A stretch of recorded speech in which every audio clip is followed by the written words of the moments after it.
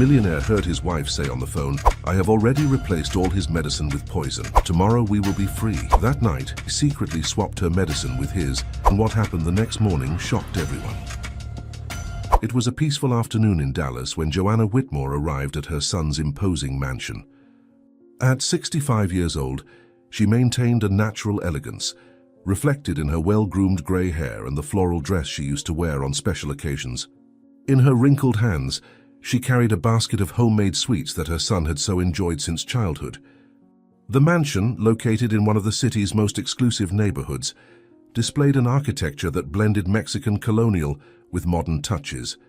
The well-tended gardens exuded the fragrance of the region's typical flowers, creating a welcoming atmosphere that contrasted with the grandeur of the property. Joanna smiled as she thought about how her son, Lucas Whitmore, had achieved such success at such a young age. Upon ringing the doorbell, Joanna was greeted by one of the house staff, who opened the gate with a surprised expression. "Mrs. Joanna, we weren't expecting your visit today," said the employee, leading her to the main entrance. Joanna noticed something strange in the employee's tone of voice, but chose not to give it importance. "I came to surprise my son. I brought the sweets he loves so much," she replied, raising the decorated basket. The employee hesitated for a moment before informing her that Lucas was on a business trip. "Mr. Lucas is abroad, ma'am. He should be back in a few days," she explained, visibly uncomfortable. Joanna felt a pang of disappointment but decided to visit her daughter-in-law, Madeline Blake, the young pharmacist who had won her son's heart. As she walked along the mansion's corridors, Joanna observed the details of the decor her daughter-in-law had chosen. Something about the atmosphere seemed different, colder perhaps. The paintings on the walls, the silk curtains, everything seemed too immaculate, as if hiding something behind such perfection. Madeline must be in her private office, the employee informed her, indicating the path Joanna knew well. In the hallway leading to the office, Joanna began to hear muffled voices. She recognized Madeline's melodious laugh, but there was also a male voice that didn't belong to her son. Her heart accelerated slightly, while her steps became more cautious. The voices grew clearer as she approached the partially open office door. What Joanna witnessed in the following seconds would be etched in her memory forever. Through the slit of the door, she saw her daughter-in-law in the arms of Diana Bailey, the family's young driver. Madeline, with her long black hair loose, had her arms around the driver's neck as he kissed her with a familiarity that revealed this was not the lovers' first encounter. The basket of sweets slipped from Joanna's hands, falling to the floor with a dull thud that echoed down the hallway. The homemade chocolates scattered across the marble floor, rolling like small, colorful jewels. The noise alerted the couple, who immediately separated. Madeline, upon seeing her mother-in-law standing at the door, paled for an instant, but her expression soon transformed into something Joanna had never seen before. "Madeline, how could you?" Joanna whispered, her voice trembling with indignation and sadness. Diana, the driver, remained in an embarrassed silence, while Madeline adjusted her dress with a disturbing calm. "Mrs. Joanna, what an unpleasant surprise," said Madeline, her voice assuming a chilling tone that didn't match her angelic appearance. Joanna took a step back, her legs shaking. All the strength that had sustained her seemed to have been drained from her body. The words she wanted to say stuck in her throat as she watched her daughter-in-law walk towards her with feline elegance. The contrast between the Madeline everyone knew, the dedicated wife and respected professional, and this woman before her, was frightening. "Don't you dare tell your son anything," said Madeline, her dark eyes fixed on Joanna. The driver had silently disappeared, leaving the two women alone in the hallway. The tension was palpable, like a thread about to break. "You're destroying my son's life. He trusts you. He built a life by your side," Joanna replied, regaining some of her composure. Madeline let out a cold laugh that echoed through the walls. "Built a life? Your son built an empire, Mrs. Joanna." "An empire that will soon be mine," she declared, moving closer. Her heels clicked on the floor like a hammer sealing a sentence. "While he travels the world, expanding his business, I take care of everything here, absolutely everything." Joanna felt her heart tighten as she realized her daughter-in-law's true nature. "You planned this from the beginning, to win his trust, become part of the company. And now," her voice failed as she grasped the extent of the betrayal. Madeline smiled, a smile that didn't reach her eyes. "Your son is brilliant in business, but so naive when it comes to love. It was so easy to make him fall in love." The once spacious hallway seemed to narrow around Joanna. The ornate walls, which she had always admired, now seemed silent witnesses to a cruel plot. "I'll tell him everything, every detail of what I saw today," Joanna declared, her voice trembling with indignation. Madeline took another step towards her, her presence now threatening. "You won't tell anyone anything," Madeline whispered, her tone of voice changing to something darker. "You know why? Because if you do, your beloved son will discover terrible things about his mother." Joanna felt a chill run down her spine. "What are you talking about?" she asked, instinctively backing away. Madeline smiled again, her white teeth contrasting with her red lipstick.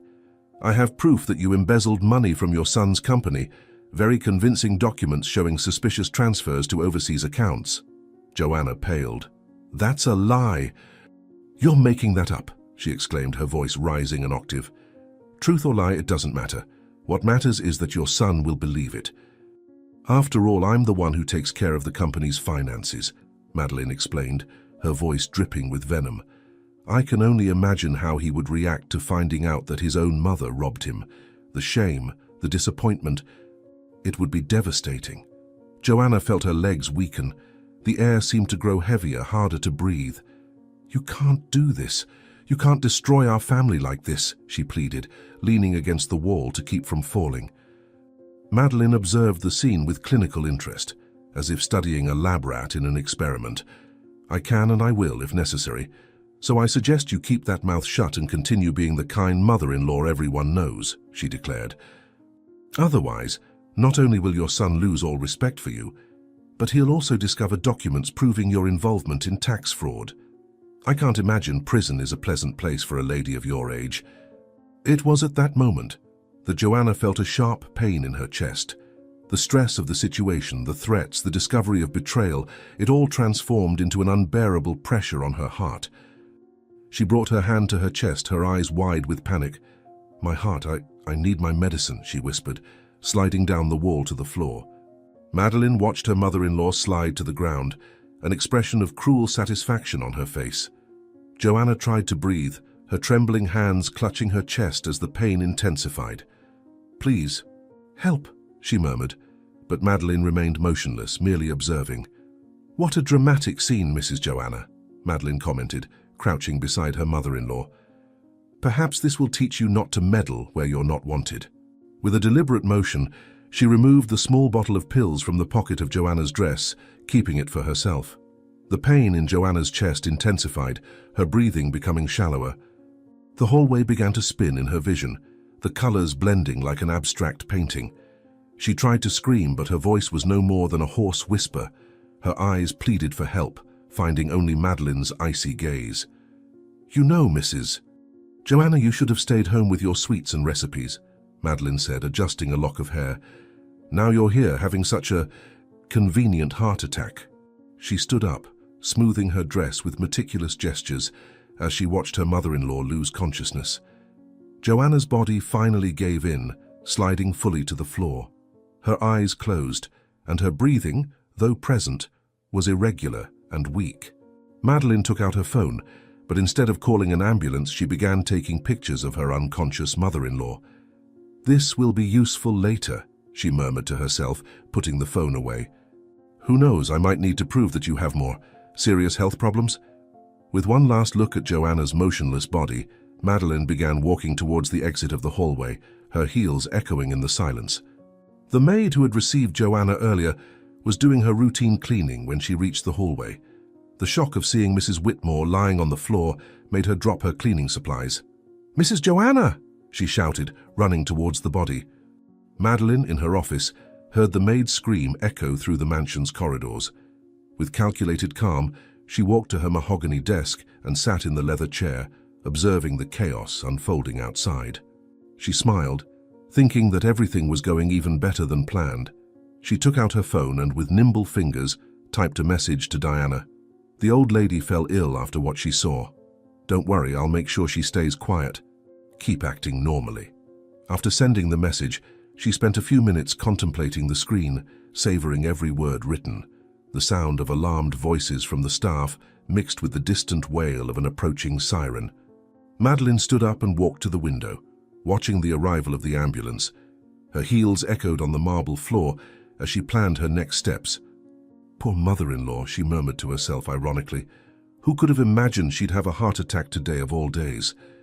She returned to her desk, organized some papers, and prepared to play the role of the devoted and concerned daughter-in-law. Her plan was just beginning, and she would ensure that Joanna never again posed a threat. On the other side of the corridor, the maid held Joanna's hand, feeling her weak pulse. "Someone call an ambulance!" she cried desperately as other maids ran in different directions. Chaos erupted in the mansion, exactly as Madeline had planned. The ambulance would arrive in a few minutes, its sirens cutting through the silence of the upscale neighborhood. But for Joanna, every second seemed an eternity as she unconsciously fought for her life, unaware that this was only the beginning of a much darker plan. The white lights of Dallas Central Hospital reflected on Joanna's pale face as she was rushed down the emergency hallways on a gurney. Madeline walked right behind, her high heels echoing rhythmically on the floor, contrasting with the frenzy of doctors and nurses around her. The medical team worked quickly, connecting monitors and checking the patient's vital signs. Dr. Miguel Sanchez, a middle-aged man with graying hair and a serious expression, examined Joanna with meticulous attention. Madeline observed every move, her dark eyes missing not a single detail. "Mrs. Blake," the doctor called, turning to Madeline. "Your mother-in-law had a mild cardiac episode. Fortunately, the rescue was quick, and we managed to stabilize her." Madeline kept her perfectly rehearsed, concerned expression, while inwardly seething with frustration at her mother-in-law's survival. The emergency room was filled with state-of-the-art equipment, and the constant beep of the heart monitor was the only thing breaking the tense silence. The nurses moved efficiently around the bed, adjusting medications and checking vital signs. Madeline remained standing, an elegant statue, her mind already working on the next step of her plan. "Doctor," her melodious voice cut through the air, "as a pharmaceutical director, I'm especially concerned. I've noticed some strange behaviors in my mother-in-law in the past few days." The doctor looked up from his notes, interested. "What kind of behaviors, Mrs. Blake?" he asked, adjusting his glasses. Madeline approached the bed, her fingers sliding gently over the metal railing. "Mental confusion, sudden mood swings. I thought it was just stress. But now..." She left the sentence hanging, planting the first seed of her elaborate lie. "Doctor..." Sanchez made some notes in her chart as Madeline continued her performance. "I've also noticed she's been having trouble remembering recent events. I thought it was just natural aging, but as a healthcare professional, I confess I'm concerned about something more serious." At this moment, Joanna began to slowly awaken. Her eyes opened with difficulty, and she tried to focus her vision on the surroundings. Seeing Madeline at her bedside, a flicker of fear crossed her gaze. Where am I?" she mumbled weakly. "At the hospital, Mrs. Whitmore," the doctor replied, approaching to examine her. "You had a cardiac episode, but you're stable now." Joanna tried to move, but her body seemed too heavy.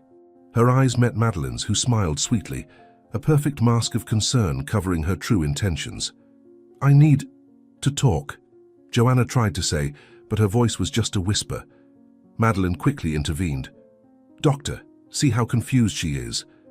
"This is exactly what I was saying.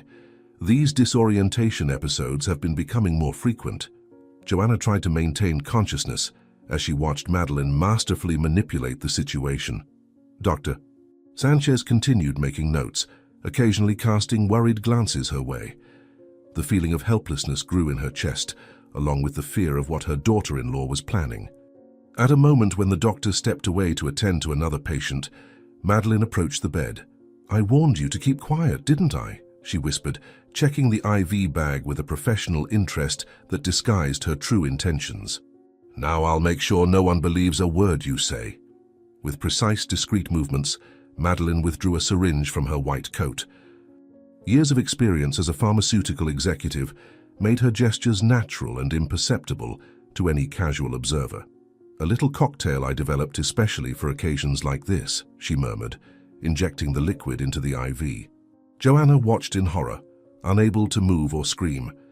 The medication began to take effect almost immediately, making her vision blurred and her thoughts confused. The walls of the room seemed to undulate, and the voices around her turned into a distant echo. Madeline put the syringe away and headed to the nurse's station, where Joanna's medical records were being updated. With her authority as the hospital's pharmaceutical director and years of built-up influence, she had easy access to the documents. Her skilled hands altered crucial information, turning a simple cardiac issue into a much more complex diagnosis. "As I suspected," she told Dr. Sanchez when he returned. "The test shows significant changes. It's not just a cardiac problem, doctor. The neurological symptoms are concerning." She presented the altered documents with a conviction that only years of manipulation could produce. The doctor examined the new data with growing concern. "This is more serious than we thought," he agreed, watching Joanna now mumble disconnected words, the effect of the medication administered by Madeline. "We need a more thorough evaluation." Madeline nodded gravely. "Doctor, as you know, we can set up a complete medical wing at the mansion. I believe it would be best to transfer her there, where I can monitor her personally." Her voice conveyed professional concern that perfectly masked her true intentions. "With your experience and resources, I agree that would be best for her," the doctor responded. "I'll arrange the transfer immediately." Madeline smiled softly, savoring her victory. Joanna, in her bed, struggled against the mental fog enveloping her, only vaguely aware of the danger that awaited her. Joanna's transfer to the mansion was arranged with impressive efficiency. Madeline personally supervised the installation of the medical equipment in the prepared room, transforming it into a private infirmary. The light walls and modern equipment created a hospital atmosphere that perfectly disguised her sinister intentions.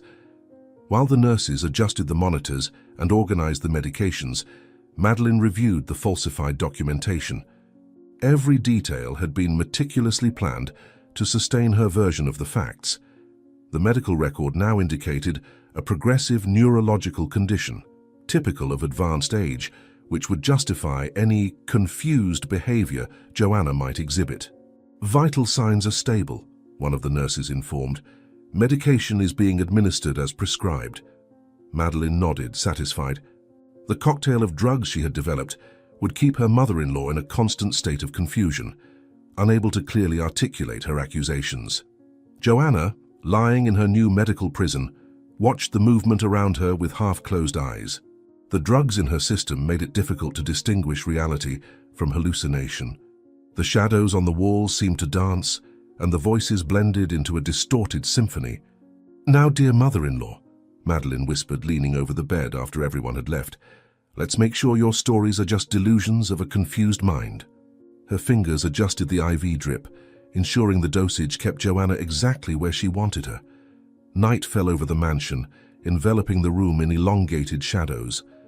Madeline made a final check of the equipment before leaving, satisfied with the outcome of her plan. In the hallway, she took out her phone and typed a quick message to Diana.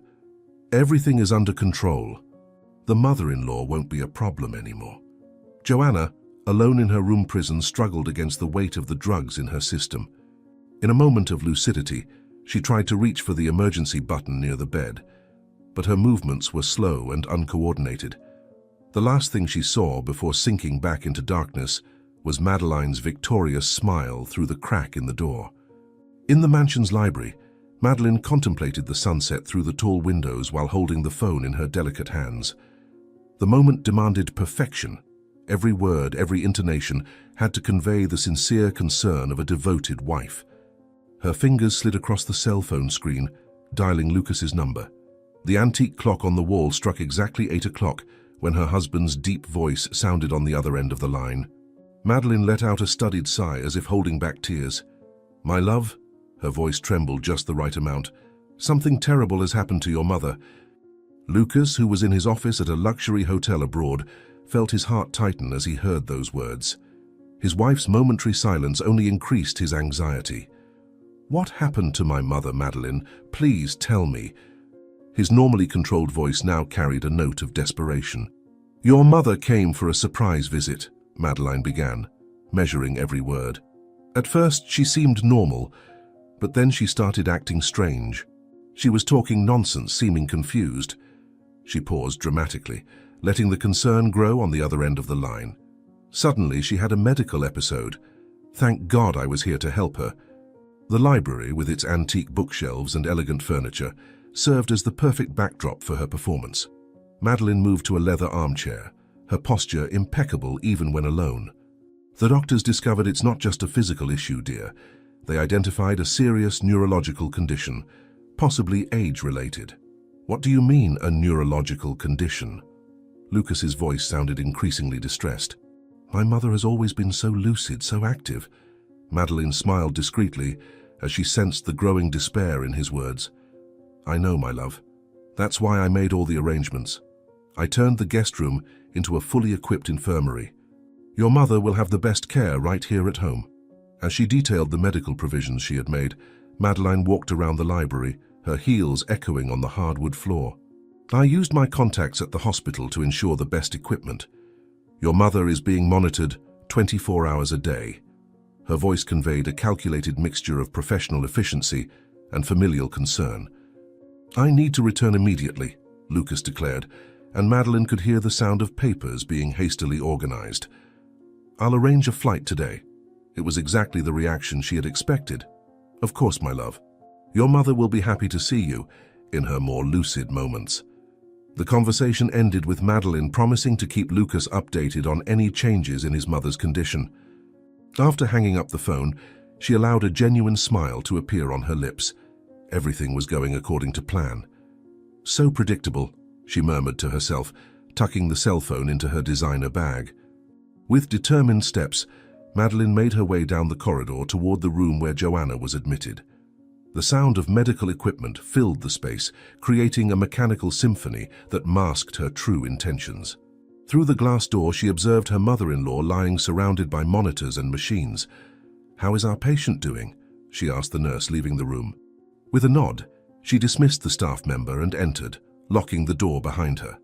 Joanna tried to move at the sight of her, but the medications made her movements slow and uncoordinated. How you know, dear mother-in-law, Madeline began, adjusting the IV drip with precise motions. Your son is coming home. He's very worried about your condition. Her skilled fingers checked the equipment connections as she spoke. It's a pity that when he arrives, he'll find only a confused and disoriented old lady. Joanna tried to speak, but her tongue felt too heavy. Her eyes, however, remained alert, following each of Madeline's movements with growing terror. The daughter-in-law continued her cruel monologue, savoring the power she exerted over the situation. It must be terrible, Madeline went on, leaning over the bed, being trapped in your own body, aware of everything, but unable to communicate. Watching your own son be deceived right before your eyes. Her smile was icy as she prepared a new dose of medication. The room's light reflected off the medical instruments, casting dancing shadows on the walls. Madeline moved with the grace of a predator, each gesture calculated to maximize her victim's terror. Do you know what's most interesting? The more you try to alert him, the more you'll confirm my false diagnosis. In a moment of clarity, Joanna managed to emit unintelligible sounds, her hands trembling as she tried to reach for the emergency button. Madeline laughed softly, removing the device from her mother-in-law's reach. No, dear. We won't be calling anyone to interrupt our family chat. The heart monitor registered an acceleration in Joanna's heartbeats, but Madeline showed no concern. Your heart's racing? Don't worry, I have something that will help with that too. Her voice dripped false sweetness as she prepared another syringe. Your son will be here soon, Madeline continued, injecting the fluid into the IV line. And do you know what's best? He'll see me as the dedicated daughter-in-law who sacrificed everything to care for his dear sick mother. Isn't it ironic? Joanna felt tears streaming down her face as darkness began to envelop her once more. The tension in the room reached its peak as Madeline administered more medications into the IV drip. Joanna, semi-conscious, watched in terror as her daughter-in-law's transformation unfolded, the sweet smile giving way to an expression of calculated cruelty. I should thank you for your surprise visit, dear mother-in-law, Madeline whispered, checking the monitors. Thanks to it, I was able to accelerate my plans. Soon, everything Lucas built will be mine. Her fingers slid along the IV tube, adjusting the flow of the adulterated medication. The room, now transformed into a private medical prison, silently witnessed the unfolding of the diabolical plan. The equipment continued its steady beeping, marking time like a somber metronome. Joanna struggled to maintain consciousness, but each moment grew increasingly hazy. When Lucas arrives, Madeline went on, meticulously organizing the medication vials, he'll find only a confused elderly woman, delirious about conspiracies and betrayals. And I, of course, will be the devoted daughter-in-law who abandoned her career to care for her sick mother-in-law. The sun was beginning to set, casting orange shadows through the windows. Madeline checked her wristwatch. Only a few hours remained until Lucas's arrival. She needed to ensure her mother-in-law was fully sedated by then. "I'll let you rest now," she announced, heading for the door. "Oh, and don't worry about your son. I promise I'll take very good care of him too." The smile on her lips carried a sinister promise that made Joanna shudder. Joanna tried to scream, but only a feeble moan escaped her lips. Her eyes, wide with terror, followed Madeline as she exited the room. The poison in her veins was taking effect, making each thought more muddled than the last. "Good night, dear mother-in-law," were Madeline's last words before closing the door. Out in the hallway, her delicate hands reached for the phone in her designer purse, a satisfied smile dancing on her perfectly painted lips. With nimble fingers, she typed a message to Diana. All set for his arrival. The old lady won't be a problem anymore. Standing in front of the hallway window, Madeline watched the mansion's garden being swallowed by the night's darkness. Her thoughts drifted to the details of her plan as she awaited Diana's response. The phone vibrated softly in her hands. "Are you sure she won't be able to alert him?" the driver questioned. Madeline let out a low, cruel laugh, her fingers gliding across the cell phone screen as she replied, "Impossible. The cocktail I developed will keep her in a controlled vegetative state. Even if she tries to speak, it will seem like just another delusion from her neurological condition." She tucked the phone back into her purse and cast one last glance at the room's door where Joanna was imprisoned. The night promised to be long, but Madeline was prepared for every possible scenario. In a few hours, Lucas would be home, and she needed to ensure her performance as a devoted wife was flawless. With firm steps, she headed to her office to finalize the last details of her diabolical plan. Outside Joanna's room, the last rays of sunlight disappeared over the horizon, plunging the mansion into shadows. Joanna, in her bed, fought against the drug-induced slumber, silently praying for her son's safety. Morning had barely begun when Chloe entered the sick room carrying fresh bedding. Her 15 years of working at the Whitmore mansion had created an almost automatic routine, but something about that morning made her movements slow. Her eyes fixated on Mrs. Joanna, lying in the hospital bed, seemingly sedated. As she organized the linens in the closet, Chloe couldn't ignore the elderly woman's wide-open eyes, which seemed to plead for help. Having been the one who found Mrs. Joanna passed out days earlier, she felt a special responsibility to observe her condition. The patient's fingers moved incessantly over the white sheet, as if trying to communicate something. "Mrs. Joanna," Chloe whispered cautiously, approaching the bed. "Can you hear me?" The heart monitor registered a change in the beats, indicating the patient was conscious and reacting. Chloe looked towards the door, making sure she was alone before moving closer. Mrs. Joanna's eyes followed every movement of the maid, while her fingers continued their silent ballet on the sheet. Chloe noticed that, despite the supposed neurological condition, the lady's gaze was very lucid, full of an urgency that contrasted with her apparently debilitated state. "Has something happened, Mrs. Joanna? Are you trying to tell me something?" Chloe's heart raced as she realized tears were starting to roll down the lady's face. It was evident that something was terribly wrong. How could a woman who just a few days ago was completely lucid, bringing sweets for her son, now be in this state? The doubts that had already inhabited her mind since the initial incident began to take on a more concrete form. Carefully, Chloe leaned over the bed, whispering, "If you can understand me, blink twice." Mrs. Joanna's face lit up momentarily, and she blinked, clearly and deliberately, twice. "My God," murmured Chloe, "you're conscious, aren't you? What have they done to you?" The tension in the room was palpable, as Chloe tried to decipher the movements of Mrs. Joanna's fingers. It was as if the lady was trying to write in the air, her fingers tracing invisible letters. "Do you want to write something?" asked Chloe, her heart beating harder and harder against her chest. At that moment, an almost imperceptible noise made Chloe freeze. Before she could turn around, a soft and controlled voice cut through the air like a blade. "What exactly are you doing, Chloe?" The maid felt a chill run down her spine as she recognized Mrs. Madeline's voice. The tension in the room increased exponentially with Madeline's presence. Chloe turned slowly, finding her employer standing at the door, her dark eyes fixed on her like those of a predator. The polite smile on her face contrasted with the coldness of her gaze. "Mrs. Madeline, I was just changing the bedsheets and checking if Mrs. Joanna needed anything," Chloe replied, trying to keep her voice steady. But her hands trembled slightly as she held the clean sheet, betraying her nervousness. Behind her she could feel Mrs. Joanna's silent anguish. "How touching a dedication," Madeline commented, gently closing the door behind her. The click of the lock sounded like a sentence. "But I wonder if you're not being too dedicated, Chloe. After all, your duties do not include interacting with the patient." Her heels echoed on the floor as she approached, each step increasing the tension in the room.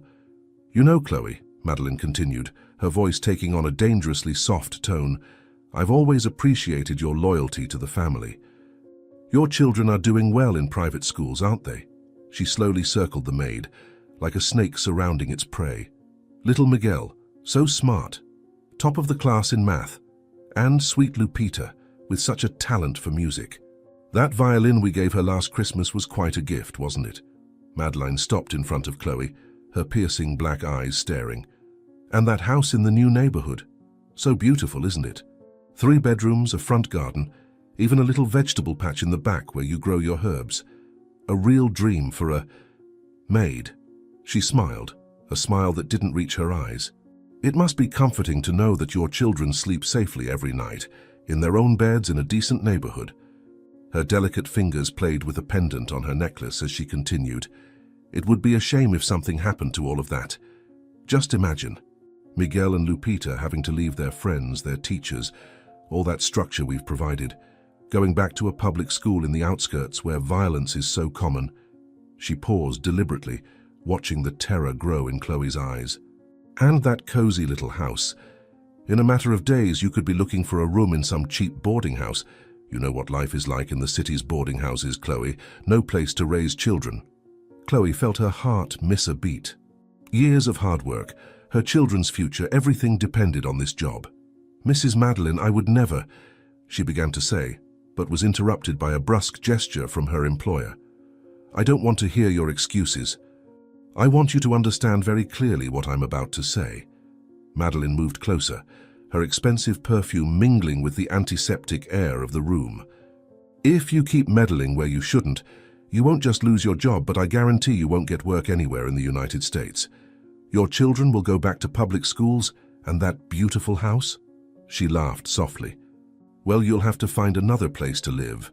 "And don't think I'm bluffing," Madeline whispered, her lips almost touching Chloe's ear. "You know that doctor friend of Miguel's who helped your son with his broken arm for free? He's already been warned to never attend to your family again. As for your daughter," she paused, a cruel smile forming, "it would be terrible if someone spread certain rumors about her at school. Teenagers can be so cruel, can't they? And that medicine your father takes for his heart. How tragic it would be if it were switched for something that worsened his condition instead of helping." Madeline adjusted her posture, smoothing her dress. "And don't worry. When the police find drugs planted in your home, I'll be sure to be the first to show shock and disappointment. After all, who could have imagined that a trusted maid was involved in drug trafficking? All because a mother didn't know how to stay in her place, quiet, like a good servant should." Mrs. Joanna's heart monitor registered increasingly rapid beats, reflecting the terror of the scene unfolding before her. Chloe could feel the weight of tears accumulating in her eyes, but she fought to hold them back. "I understand perfectly, Mrs. Madeline," she replied in a trembling voice. The tense moment was interrupted by the sound of voices coming from the hallway. Madeline's face instantly changed, the mask of cruelty giving way to an expression of concern and dedication. "Lucas?" she called, her sweet and loving voice echoing through the room. "We're in here, my love." The door opened, revealing Lucas Whitmore, still in his travel suit, concern etched on his face. His eyes immediately fixed on the figure of his mother lying in the hospital bed. "Mum," he whispered, quickly approaching. Madeline followed him, her hands gently resting on his shoulders in a calculated show of support. "How is she?" Lucas asked, his voice thick with emotion. Chloe remained in a corner of the room watching as Mrs. Joanna struggled to communicate with her son, her fingers moving frantically, her eyes pleading for understanding. "Oh, my love," Madeline replied, letting a few studied tears escape. "We're doing everything we can." Madeline enveloped her husband in an embrace, positioning herself so that he couldn't fully see his mother's face. "Don't worry," she said, her voice choked with false emotion. "I've assembled the best medical team. We're all committed to helping her recover." As she spoke, she cast a meaningful glance at Chloe. Lucas stepped closer to the bed, holding his mother's hand. "Why is she like this, so absent?" he questioned, noticing Joanna's uncoordinated movements. Madeline quickly intervened. "It's the medication, dear. It leaves her a bit confused, but it's necessary for her treatment." Joanna was desperately trying to communicate with her son, but her body wasn't responding as she wished. Her eyes filled with tears of frustration and fear. Sensing her mother-in-law's agitation, Madeline gently suggested, "Perhaps we should let her rest for a bit, love. You also need to rest from your trip." "Of course," Lucas agreed, kissing his mother's forehead. "Chloe, please keep taking good care of her," he requested, unaware of how the maid trembled slightly. "Yes, sir," she replied, avoiding looking at Madeline. "I'll do everything possible and impossible for Mrs. Joanna." As the couple headed for the door, Madeline paused for a moment, turning with studied elegance. Her eyes met Chloe's first, then Joanna's, a sweet smile on her lips contrasting with the cruelty in her gaze. She approached the maid one last time, adjusting her uniform in a falsely maternal gesture. "Remember, dear," she whispered, so that only Chloe could hear, "you have much more to lose than you can imagine. Your children, your parents, your dignity. It's all in my hands.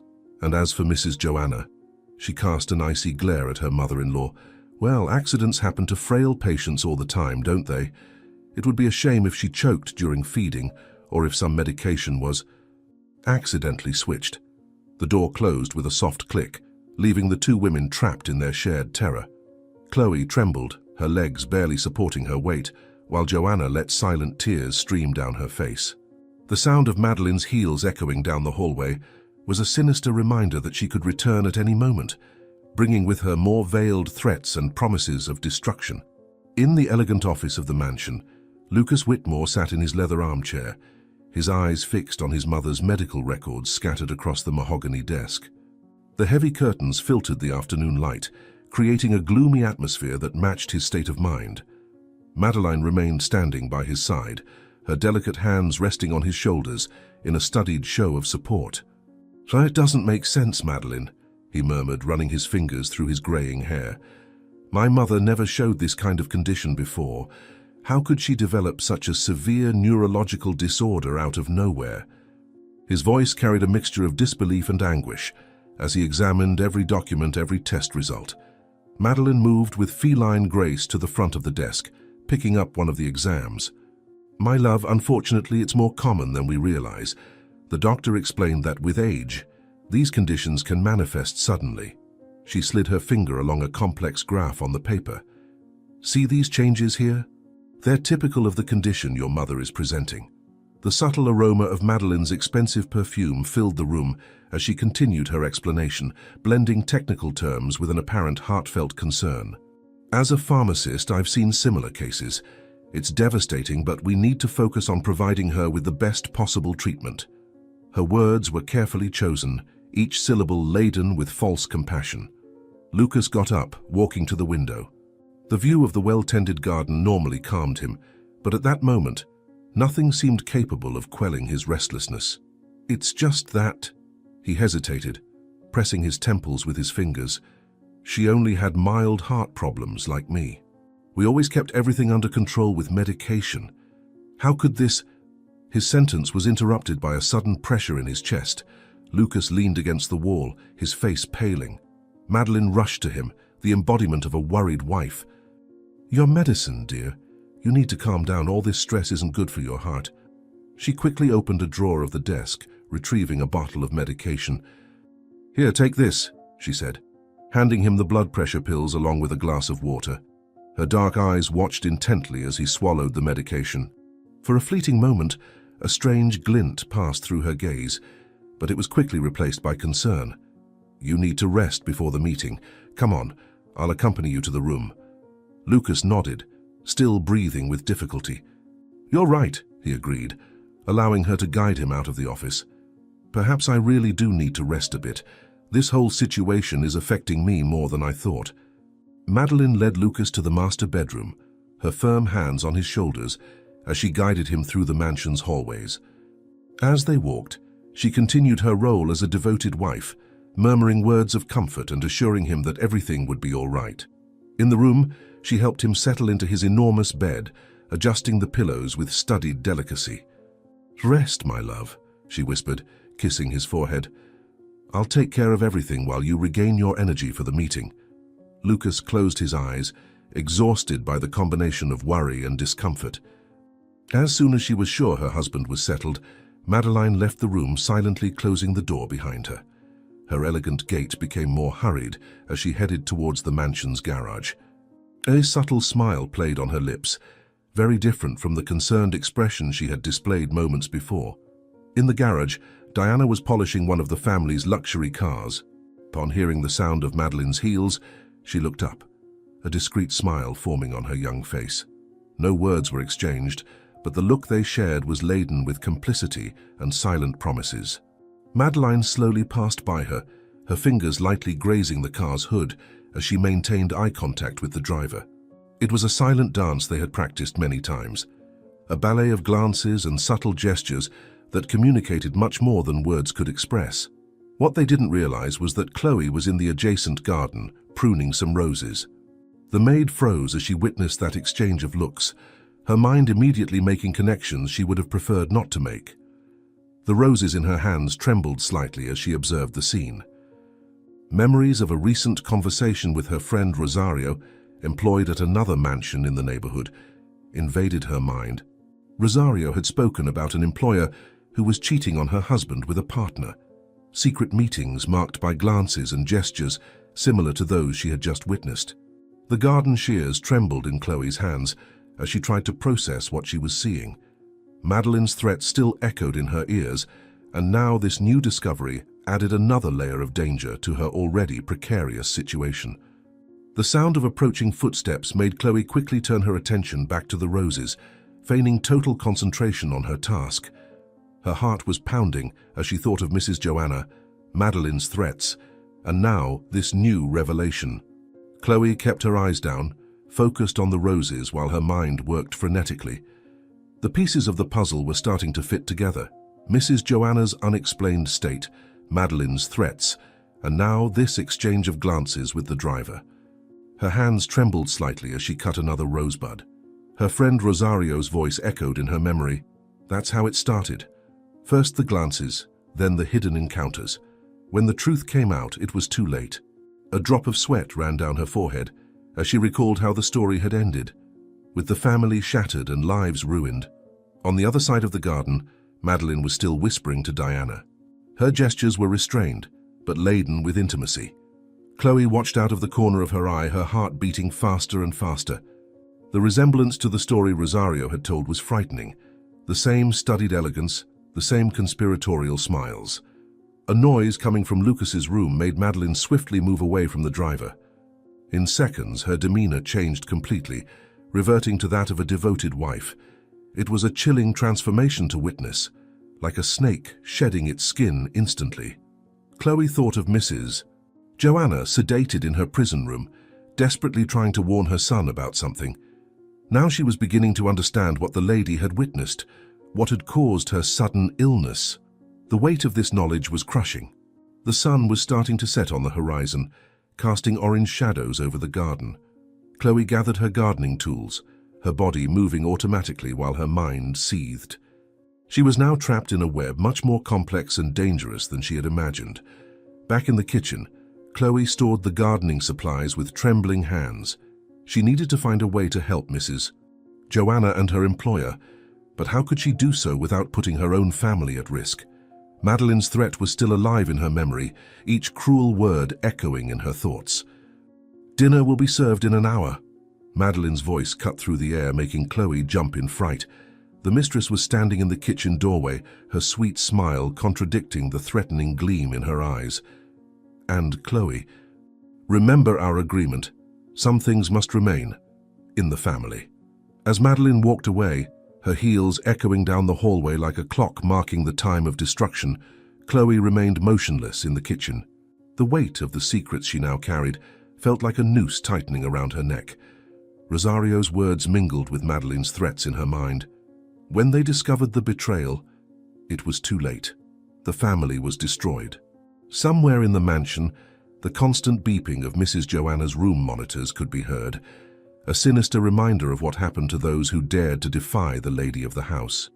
Chloe looked at her trembling hands, thinking of her children, her family, Mrs. Joanna sedated in her medical prison, and her employer, who slept unaware that he was surrounded by serpents. The sun set on the horizon, tinting the kitchen with shades of orange that looked like diluted blood. Chloe could hear Diana and Madeline's muffled voices coming from the garden, their contained laughter sounding like sharp knives cutting through the air. The scent of the roses she had pruned still lingered on her hands, but now it seemed more like a funeral perfume than a garden fragrance. "My God," she whispered to herself, "what do I do now?" The shadows of night began to swallow the mansion, bringing with them the promise of more secrets, more threats, and more danger. In her chest, her heart beat like a frightened bird in a cage, while her mind screamed silently for a way out of this nightmare. It was 3 o'clock in the afternoon when Chloe sneaked down the hallway towards Mrs. Joanna's room. Her heart was pounding so hard she feared the sound might give her away. Under the pretext of changing the bathroom towels, she carried a small pile of clean laundry, her best protection should she be discovered. The afternoon light filtered softly through the gaps in the curtain as she entered the room. Mrs. Joanna lay on the hospital bed, apparently asleep, but her eyes instantly opened at the sound of Chloe's steps. The terror in her gaze was evident, mixed with a silent plea that made the maid's heart tighten. "Mrs. Joanna," Chloe whispered, cautiously approaching the bed, "can you understand me?" The elderly woman's fingers began to move frantically across the sheet, her eyes fixed on Chloe's with a frightening intensity. It was as if all her vital force was concentrated in that gaze, in that desperate movement of her hands. Chloe watched the movements closely, trying to decipher what the lady was trying to communicate. Mrs. Joanna's fingers made a repetitive motion in the air, as if she were writing. "Do you want to write something?" Chloe asked, her heart racing even faster at the possibility of finally understanding what was happening. With trembling hands, Chloe rummaged through the pockets of her apron, finding a small notepad she used to list daily tasks and a pen. Time seemed to drag as she helped Mrs. Joanna hold the pen, supporting the pad so she could write. Mrs. Joanna's movements were slow and imprecise, but determined. Each word that appeared on the paper made Chloe's blood run cold. Madeline, driver, betrayal, poison. The handwriting was shaky, almost illegible, but the message was as clear as crystal.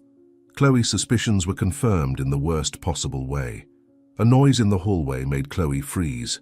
The unmistakable sound of Madeline's heels echoed through the corridors, approaching.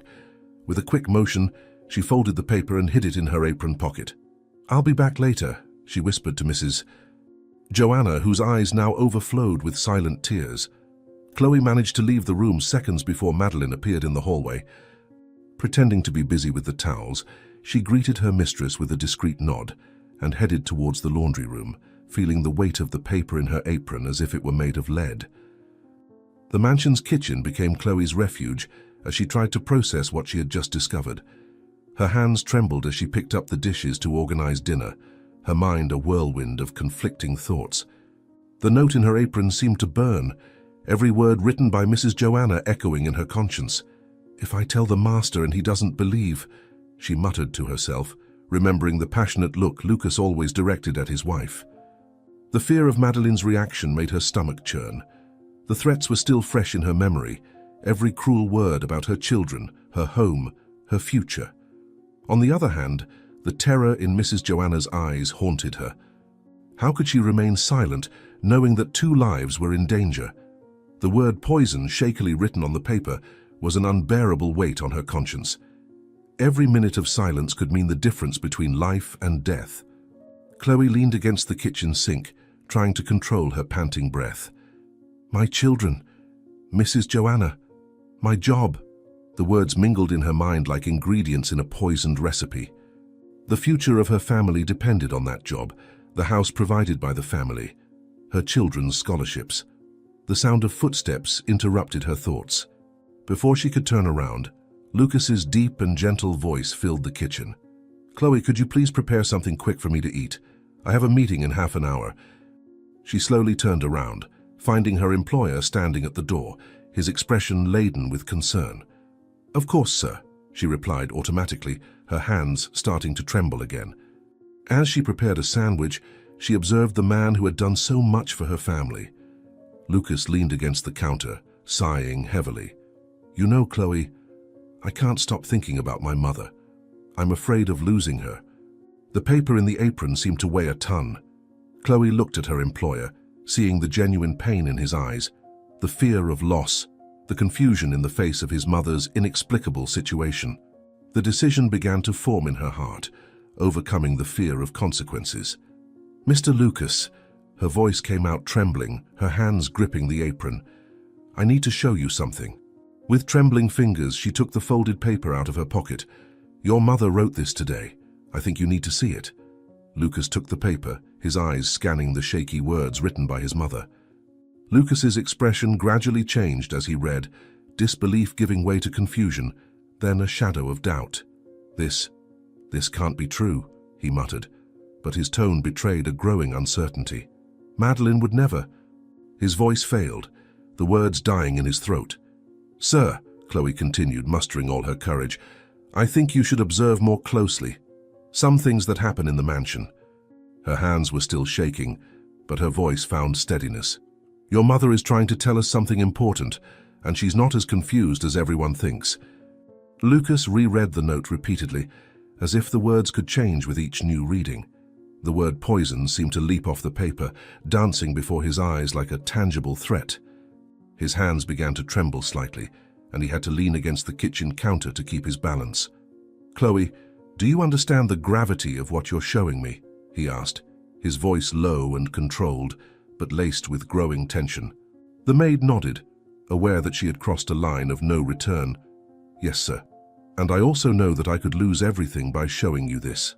But I can no longer keep this secret. The sound of Madeline's heels echoed somewhere in the mansion, making them both start. Lucas quickly tucked the note into the pocket of his jacket, his face assuming a neutral expression that betrayed none of the inner storm that was beginning to form. Don't say anything to anyone about this, Chloe. Not even that you showed me this paper. As he walked towards the kitchen door, Lucas paused for a moment, his hand gripping the note in his pocket. He said nothing more, but his gaze met Chloe's, carrying a mixture of gratitude and determination. The maid understood the silent message. He would investigate the truth on his own. After Lucas left, Chloe remained in the kitchen, her heart beating erratically. Through the window, she could see Madeline in the garden, beautiful and elegant in her expensive dress, talking on the phone with a smile on her lips. The same Madeline who, hours earlier, had threatened to destroy her life. The sound of Mrs. Joanna's room monitors continued their constant beeping, like a sinister reminder of the danger that hung over the mansion. Chloe closed her eyes, silently praying that she had made the right choice. The fate of everyone now depended on what Lucas would do with that information. The sun was beginning to set over the Dallas horizon, casting elongated shadows through the mansion's corridors. In her prison room, Mrs. Joanna continued her silent struggle against the drugs that kept her captive, while her son, for the first time since it all began, was starting to see the shadows that hid behind the perfect facade of his marriage. Hours later, Lucas Whitmore stared out the window of his office at the company, the words of his mother's note echoing in his mind. The afternoon sun was beginning its descent on the horizon when he made his decision. "Cancel my appointments for the rest of the day," he instructed his secretary over the intercom, as he put away some documents in his briefcase. The journey to the mansion never seemed so long, even with the private driver taking the fastest route. Lucas instructed him to drop him off 2 blocks away from home, something he had never done before. "I need to walk a bit," he lied, watching the car drive away. In truth, he didn't want his arrival to be announced. Entering through the back of the property, using the key he rarely used, Lucas felt like an intruder in his own home. The sound of the pool water reached his ears, and through a gap in the garden, he caught sight of Madeline lounging on a chaise, apparently distracted by her reading. Taking advantage of his wife's distraction, he moved silently until he entered the house.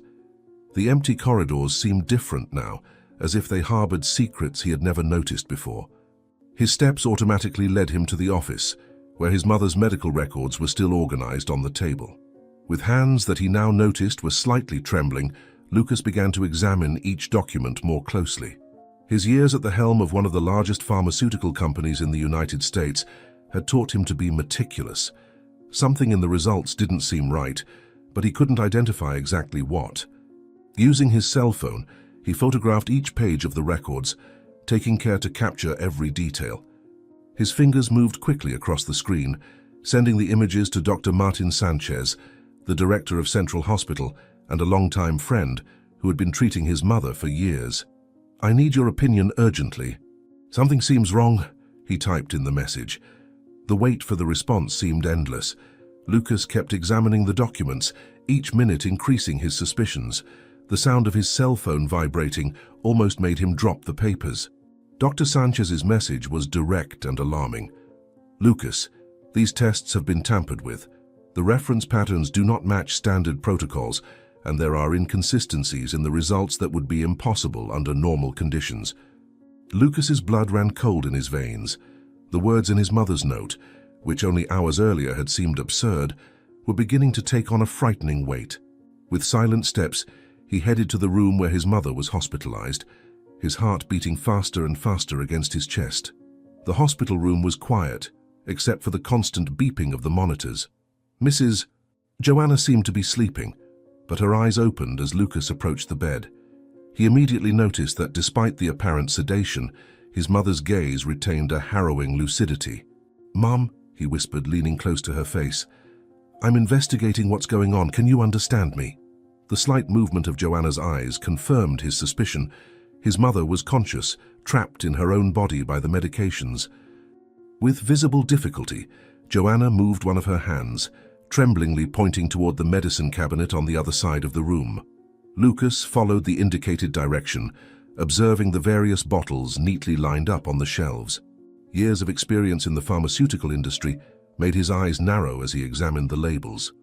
"There's something wrong with the meds, isn't there?" he asked, still in a low voice, feeling his heart accelerate. His mother's gaze filled with tears as she made a superhuman effort to confirm with an almost imperceptible nod. Lucas felt a wave of anger begin to grow in his chest. The complexity of the scheme was beginning to unfold before his eyes.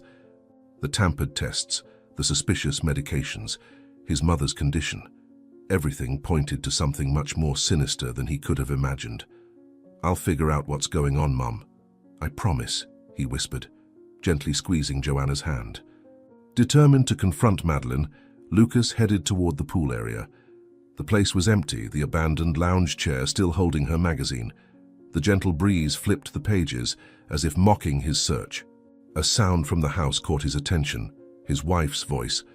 Following the sound, Lucas approached the hallway leading to the library silently. The door was ajar, and Madeline's voice flowed smoothly through the crack as she was on the phone. Something in her tone made him stop, hiding in the shadows of the hallway. It wasn't the sweet tone she usually used. There was something cold, calculated. "Don't worry." Her voice rang clear now. "I've already switched all his meds for poison. Tomorrow we'll be free." The words hit Lucas like a punch to the gut. He had to lean against the wall to keep from falling as his entire world crumbled at the sound of his wife's soft laughter. The mansion's library continued to echo with Madeline's phone conversation, but Lucas could no longer hear. The blood pulsed in his ears as he silently walked away, his legs moving by instinct, carrying him away from that devastating truth. Before he realized it, he found himself in his private study, the door locked behind him. His hands were shaking as he poured himself a double whiskey, trying to process the magnitude of what he had just discovered. Madeline's words replayed in his mind like a death sentence. I've already switched all his meds for poison. The glass in his hands reflected the late afternoon light, casting dancing shadows on the walls. Every moment of his marriage played before his eyes like a distorted film. The smiles, the kisses, the words of love, it had all been an elaborate lie. His wife, the woman who had sworn to love him, was planning his death. The evidence lined up like pieces of a macabre puzzle. His mother's falsified tests, the suspicious medications, Mrs. Joanna's condition, the desperate note, and now the involuntary confession. How could I have been so blind? He muttered to himself, anger and pain mingling in his chest. The sound of Madeline's heels echoed down the hallway, passing by the study door. Lucas held his breath, his entire body tense. On the other side of the door, his potential assassin walked calmly, probably already savoring her future victory. The contrast between reality and appearance was nauseating. "My love," Madeline's melodious voice came through the door. "You're back early." Lucas closed his eyes, gathering all his strength to keep his voice steady. "Yes, dear, I'm just reviewing some documents." Every word was like poison on his tongue, an irony not lost on him. Night was falling over the mansion, and with it the realization that Lucas needed to make a decision. He couldn't simply confront Madeline. She was too clever, too careful. He needed to be smarter, more calculated. His life and his mother's depended on it. In her prison room, Mrs. Joanna continued her silent struggle against the medications keeping her captive. In the study, her son faced his own battle, planning his next move in this deadly game. Hands somewhere in the mansion, Madeline continued her role as the perfect wife, unaware that her mask had finally dropped. Lucas looked down at the glass in his hands once more, watching as the amber liquid danced with the tremor of his fingers. Madeline's words still echoed in his mind as he contemplated the weight of his discovery. His entire life had turned into a macabre play where he was the unwitting protagonist walking toward his own demise. The silence of the study was broken only by the ticking of the antique clock, each second marking the time he had left to find a way out. On the opposite wall, the photos from their wedding seemed to mock him. Madeline in her white dress, smiling with false innocence, plotting his downfall from the very beginning. How to turn a game around where all the cards seemed to be against me? He muttered to himself, rising to gaze out the window at the garden. Down below, the shadows of night were beginning to swallow the mansion, just as the shadows of betrayal had swallowed his marriage. Somewhere in that house, his would-be assassin continued her charade, likely already savoring a victory she deemed certain. Fate had placed an impossible choice in his hands, and now he needed to decide his next move. One thing was certain. He couldn't remain passive in the face of this threat. He needed to act, and swiftly. "Let the real game begin," he whispered, his eyes reflecting a grim determination as night fell over Dallas. The lights of Dallas glowed like fallen stars as Lucas drove aimlessly through the city streets. His hands gripped the steering wheel so tightly the knuckles had turned white. The weight of betrayal in his chest was nearly suffocating, each breath an ache as if the air were poisoned, an irony not lost on him. The Azteca Bar, an upscale establishment frequented by the city's elite, rose like a beacon in the night.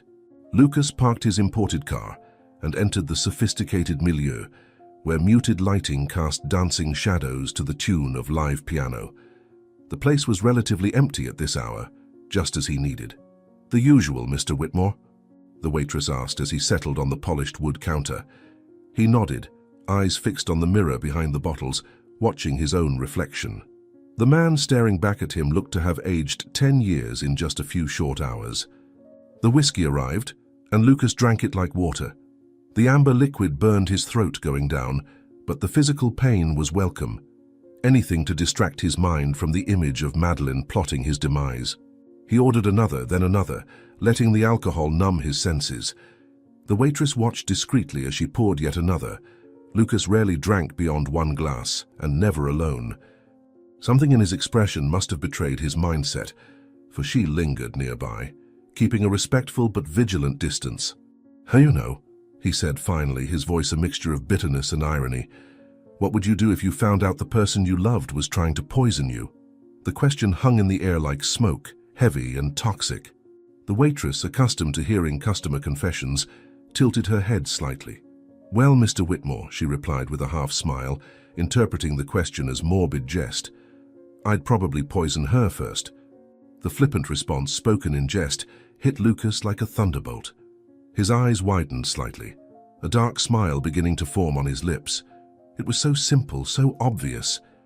If Madeline planned to use his blood pressure medication as a weapon, why not turn her own vanity against her? The body aesthetic pills she took religiously every night. It was the perfect opportunity for a switch she would never suspect. The irony of the situation didn't escape him, using her own poison against her. It was poetic in a macabre sort of way. The waitress had already moved away, unaware her joke had planted the seed of an elaborate revenge in Lucas's mind. The idea spread through Lucas's mind like a toxin coursing through veins. With a clarity the alcohol hadn't managed to cloud, he plotted every detail of his retribution. Madeline had always been meticulous about her medications, hers and his. It was that predictability he would use against her. Back at the mansion, he went straight to the couple's bedroom. He knew Madeline would be at her aquatic exercise session, giving him ample time. With steady hands, he opened the drawer where she kept her precious body aesthetic pills. The bottle was exactly where it always was, her near-obsessive regularity now serving his purposes. With the precision years running a pharmaceutical company had afforded him, Lucas made the switch. Carefully, he removed the contents of Madeline's capsules, replacing them with what she'd prepared for him. Each movement calculated, every gesture precise. "Let's see who has the last laugh, my love," he murmured, setting everything back exactly as he'd found it. The hours that followed were an exercise in self-control. Over dinner, Lucas maintained his usual routine, discussing business, responding to Madeline's inquiries about his mother with properly measured concern. He watched her every move, each false smile, each studied gesture of feigned devotion. When it came time for bed, Madeline followed her nightly ritual as always. "Don't forget your medication, dear," she said sweetly, fetching him the water glass and blood pressure pills, her honeyed tone belying murderous intent. Lucas took the pills, observing the glint of satisfaction in her eyes. "Good night, my love," Madeline whispered, kissing his forehead before heading to her vanity. Lucas watched her reflection in the mirror as she opened the drawer, retrieving her body aesthetic capsules. The moment he'd been waiting for was upon them. "Sleep well, darling," he replied evenly, watching as she swallowed the capsules with a sip of water. The clock on the wall ticked each merciless second while they waited, she for her supposed victory, he for his calculated vengeance. The first signs came on subtly. Madeline brought a hand to her throat, eyes widening in confusion. Her legs began to weaken, and she had to lean on the vanity to keep from collapsing. "Lucas, something's wrong. I'm feeling strange," Madeline slurred, her voice failing as her legs buckled. She tried to brace herself on the vanity, but her fingers no longer obeyed. The bottle of her prized beauty pills rolled from her grasp, scattering capsules across the marble floor. "Help! Lucas! Help me!" Her words came out choked, the rising panic in her eyes as her body began to shake uncontrollably. She tried to drag herself towards the bathroom door, her movements as clumsy as those of a puppet with its strings cut. "I can't breathe." The dressing table mirror reflected the macabre scene. Madeline, always so elegant and composed, now writhing on the floor like a wounded animal. Her face, normally flawless thanks to the expensive treatments, was beginning to show the first signs of the poison. Bluish lips, dilated pupils, cold sweat running down her forehead. "Please, call an ambulance," she pleaded, her voice now no more than a hoarse whisper. Her terror-filled eyes met Lucas's, who remained motionless, watching her transformation from predator to prey. It was at this moment that the first glimmer of understanding crossed her gaze, the realization that her own plan had turned against her. Lucas rose calmly from the bed, observing Madeline writhing on the floor. The poison she had prepared for him now coursed through her own veins, and the irony of the situation did not escape him. "What's wrong, my love? The beauty drug's not working?" he asked, his voice dripping with sarcasm. Madeline tried to speak, but only broken sounds escaped her throat. Her wide eyes, full of terror, met his, seeking an explanation. Sweat was starting to bead on her forehead as her limbs twisted involuntarily. "It's terrible, isn't it?" he continued, squatting down beside her with calculated elegance. To be aware but unable to control your own body, to feel every muscle betraying your commands, your tongue too heavy to form words, your eyes only able to convey terror. Exactly like my mother. He gently tucked a stray strand of Madeline's disheveled hair. The difference, my dear, is that my mother was innocent, while you, well, you're just tasting your own poison, literally. His eyes met hers, now wide with dread. It must be agonizing, mustn't it? Seeing your perfect plan unravel like this. You, who thought yourself so clever, so superior, reduced to this. A treacherous snake, writhing in its own venom. But don't worry, I'll take care of you with the same. Tender, loving care you devoted to my mother. After all, we're family, aren't we? With deliberately slow movements, Lucas picked up his phone and dialed for emergency.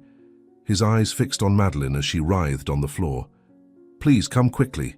His voice trembled with perfectly feigned concern. My beloved wife, she seems to have had a terrible reaction to her beauty medications. She was fine just a few minutes ago, took her medicines as she always does, and then suddenly... He paused dramatically, allowing a studied sob to escape. I'm a pharmacist, but I've never seen a reaction like this. She's writhing so much. It must be some sort of allergic reaction. While passing the mansion's address, his voice choked with false emotion contrasted with the cruel smile on his lips. Please, be quick. She's everything in my life. I don't know what I'd do if anything happened to her. He hung up the phone and turned his attention to Madeline, who was still struggling on the floor. You see, dear, aren't I a devoted husband? I'm as concerned about you as you were about me. You know, dear, he whispered, leaning over her, you should have been more careful in choosing your accomplices. Walls have ears, and phones can be real traps. Recognition shone in her eyes when she understood that he had overheard her conversation with Diana. The distant sound of sirens began to break the silence of the night. Lucas arranged his expression into that of a desperate husband while crouching once again beside Madeline. Don't worry, my love, he said, his voice dripping with a poisonous sweetness that perfectly imitated the tone she used to use. I'll make sure you receive the same. Special care you provided for my mother. After all, what kind of husband would I be if I didn't return such dedication? Leaning closer, almost whispering in her ear, he continued, I'll set up a private infirmary just for you with the same special medications you selected for Mom. Isn't it wonderful? You two will be able to share the experience of being aware but completely powerless. A true family union. His smile was icy as he stroked Madeline's now sweat-covered face.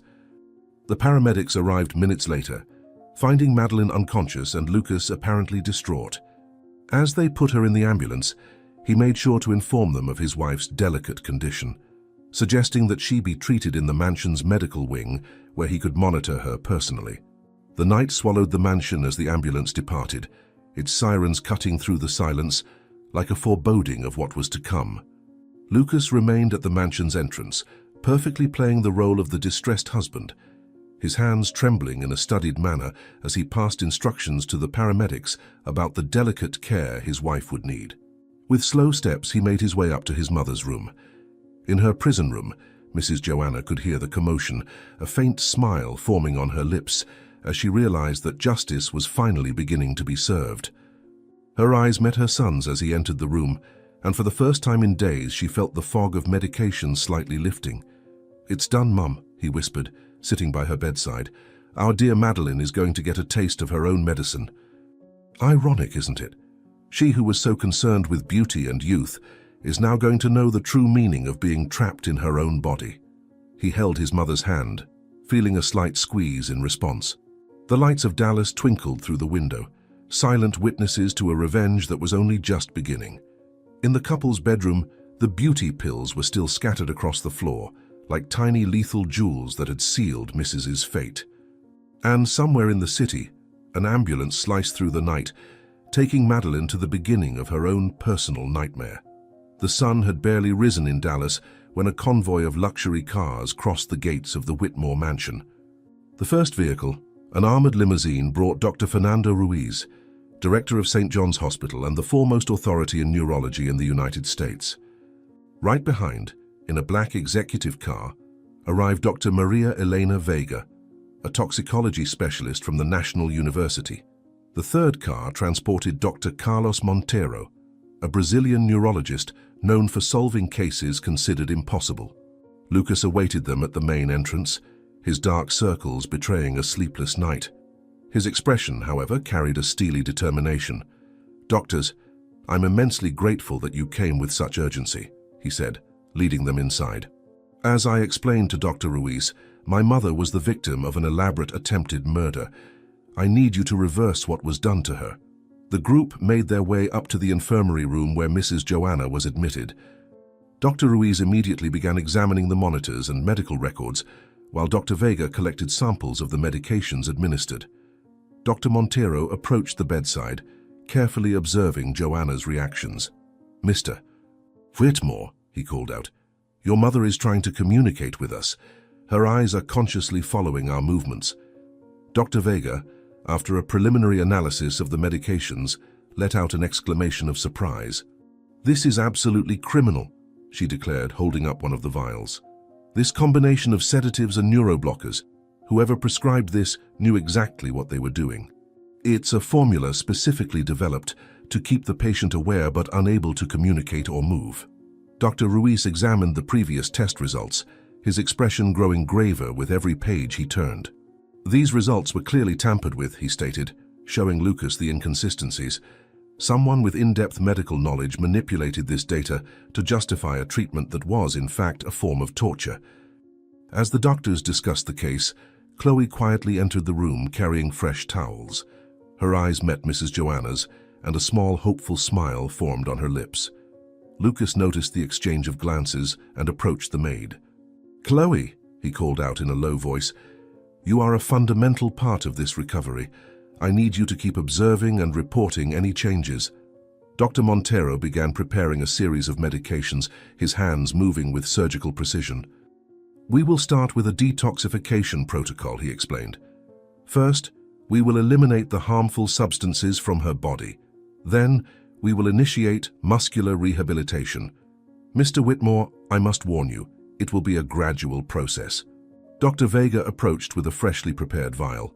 "This is a specific antidote for the cocktail of drugs that was used," she said, connecting the medication to the IV line. "We developed this in the lab for cases of intentional poisoning. Your mother will start regaining her movements in a few hours, but will need intensive physiotherapy." Dr. Ruiz, while organizing the new medical record, turned to Lucas.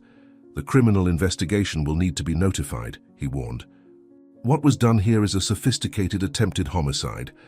Whoever planned this had access to advanced pharmaceutical knowledge and considerable medical resources." Lucas nodded gravely, his eyes fixed on his mother. "The one responsible is already incapacitated," he replied in a somber tone. "My wife Madeline will have plenty of time to reflect on her actions in her own hospital bed." The revelation made the doctors exchange significant glances, but no one asked further questions. Chloe watched everything from her corner, her hands nervously clutching her apron. She saw when the first drops of the new medication began to flow through the IV. She noticed the exact moment when Mrs. Joanna's fingers began to move more strongly. She realized when the lady's breathing became deeper and more regular. "It's working," she whispered, tears of relief streaming down her face. The medical team closely monitored Mrs. Joanna's recovery process, while the afternoon sun began to tint the room with orange hues. Dr. Monteiro carefully adjusted the dosage of the medications, his eyes attentive to every reaction from the patient. Suddenly, a more vigorous movement of Mrs. Joanna's fingers caught everyone's attention. "She's trying to speak," observed Dr. Vega, quickly approaching the bedside. Mrs. Joanna's lips trembled with the effort of forming words, while her now more alert eyes focused on her son. Dr. Ruiz signaled for everyone to remain silent, allowing the patient to concentrate on her intent. "Diana," Mrs. Joanna whispered, her voice hoarse from disuse. "The driver. He and Madeline." Lucas held his mother's hand, encouraging her to continue. The full revelation of the betrayal began to unfold, word by word, as the doctors and Chloe listened in shocked silence to the story of the diabolical plan orchestrated by Madeline and her lover. As Mrs. Joanna narrated the events she had witnessed, Chloe noticed a suspicious movement through the window. Diana was in the garden, watching the room with a calculating look. The maid discreetly touched Lucas's arm, alerting him to the driver's presence. "He's trying to flee," she whispered, indicating the suspicious movement outside. Lucas immediately stood up, his expression hardening. "Doctors, please continue taking care of my mother. I have an urgent matter to resolve." Before leaving, he turned to Chloe. "Call the police immediately. Tell them we have a suspect for attempted murder trying to escape." In the garden, Diana ran towards the back of the property upon realizing she had been discovered. Lucas pursued her, his rage fueling each step. The driver knew the terrain well, but the millionaire was determined not to let her escape. The pursuit led the two men through the maze of rose bushes that Chloe tended with such care. In the room, Mrs. Joanna continued revealing details of the criminal plan to the doctors and the police who had just arrived.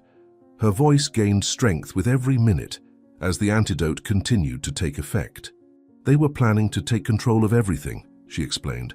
"The company, the fortune, everything my son built." Outside, the chase reached its highest point of tension when Diana found herself cornered near the back wall. The driver turned, facing Lucas with a mocking smile. "She never loved you," he taunted, trying to destabilize his boss. "Every kiss, every caress was all part of the plan. You were just a pawn in our game." The provocation had the opposite of the intended effect. Lucas advanced with calculated calm, his years of martial arts practice evident in his stance. "Do you know what's the difference between us?" he asked, his voice dangerously controlled. "I never needed to cheat to get what I had." The sound of sirens approached as the two men began a physical confrontation. Diana was younger, but Lucas had the strength of justice and vengeance on his side. The clash was brief and intense, ending with the driver immobilized on the ground just as the police arrived on the scene. "Diana Bailey," announced one of the officers, handcuffing the driver. "You are under arrest for complicity in attempted murder and conspiracy." As he was being taken away, Diana cast one last look of contempt at Lucas. "She'll get out of this," he threatened. "Madeline always gets what she wants." Lucas watched the driver being taken away by the police, a somber smile forming on his lips. "Not this time," he murmured, thinking of his treacherous wife who was now experiencing her own methods in a hospital bed. Returning to his mother's room, he found the doctors celebrating another progress. Mrs. Joanna could now move not only her hands but also her arms. Mrs. Joanna's transformation in the following days surprised even the experienced doctors. The combination of specialized treatment and her willpower produced extraordinary results. In just 2 weeks, she was already able to sit up in bed without assistance, and her voice had regained the old firmness that had always characterized her. Lucas completely reorganized the mansion. The room that had once been a medical prison became a cozy recovery space, with windows always open letting in the perfumed garden breeze. The roses that Chloe nurtured with such care now decorated every room, bringing life and color to each space. "My son," Mrs. Joanna called one sunny afternoon as she watched Chloe arranging flowers in a vase. "We must properly acknowledge the loyalty of this family who helped us." Lucas, who was sitting by the window reviewing some documents, looked up with a smile. "I've already taken care of everything, Mother. In fact, I was waiting for the right moment to make the announcement." The news was given during a special dinner, prepared to celebrate the first time Mrs. Joanna was able to come downstairs on her own. Lucas gathered Chloe and her family in the elegant dining room, where important documents awaited them on the mahogany table. "Chloe," he began, his voice laden with sincere emotion, "you are not just an employee. You are part of our family." With solemn gestures, Lucas handed Chloe a folder containing deeds and contracts. "The house you live in now is yours officially. Your children have guaranteed scholarships to the best schools through university. And you, if you accept, will no longer be our employee. You will be the governess of this mansion, with a salary and benefits befitting the position." Tears streamed freely down Chloe's face as she hugged her children, who celebrated the news with shouts of joy. Miguel, her eldest son, was already making plans for medical school, while Lupita hugged her violin, dreaming of the music conservatory. In his new office, transformed from an old living room, Lucas worked on the final details of restructuring his company. Madeline's betrayal had exposed vulnerabilities in the system, and he was determined to correct them. His mother, now recovered, had taken on an advisory role, bringing her experience and wisdom to important decisions. The mansion, once a scene of intrigue and betrayal, now breathed an atmosphere of peace and harmony. Children's laughter echoed through the halls, mingling with the sound of Lupita's violin, and the lively conversations between Mrs. Joanna and Chloe, who had become great friends. Madeline and Diana's fate was sealed by the courts. Both would face many years in prison for attempted murder and conspiracy. Justice had been served, not through vengeance, but through the proper path of the law. The evidence collected by the doctors and Mrs. Joanna's testimonies were crucial in securing their convictions. On the spacious veranda of the mansion, as the sun slowly set over Dallas, the colors of the sky blended shades of orange, pink, and purple, creating a natural painting that only nature could provide. Lucas was leaning against the wrought iron railing, feeling the light touch of the evening breeze on his face as he watched his mother tending to the rose bushes alongside Chloe. It was a ritual that both had adopted as part of their routine, a symbolic way of caring for the present and honoring the past. The scent of the flowers gently rose into the air, mingling with the freshness of the newly cut grass, reminding everyone that even after the darkest storms, the sun always finds its way to shine again. Mrs. Carmen's hands, though marked by time, moved delicately as she carefully pruned each branch of the rose bushes. Chloe, by her side, held a small basket where she placed the fallen petals, smiling from time to time as she listened to the matriarch's advice. Chloe, always cut on a diagonal so the flowers can breathe better and grow stronger, Mrs. Carmen would say, with the soft authority of one who mastered that craft. Chloe would nod, admiring not only the lady's skills, but also her resilience, which seemed reflected in every flower that bloomed in that garden.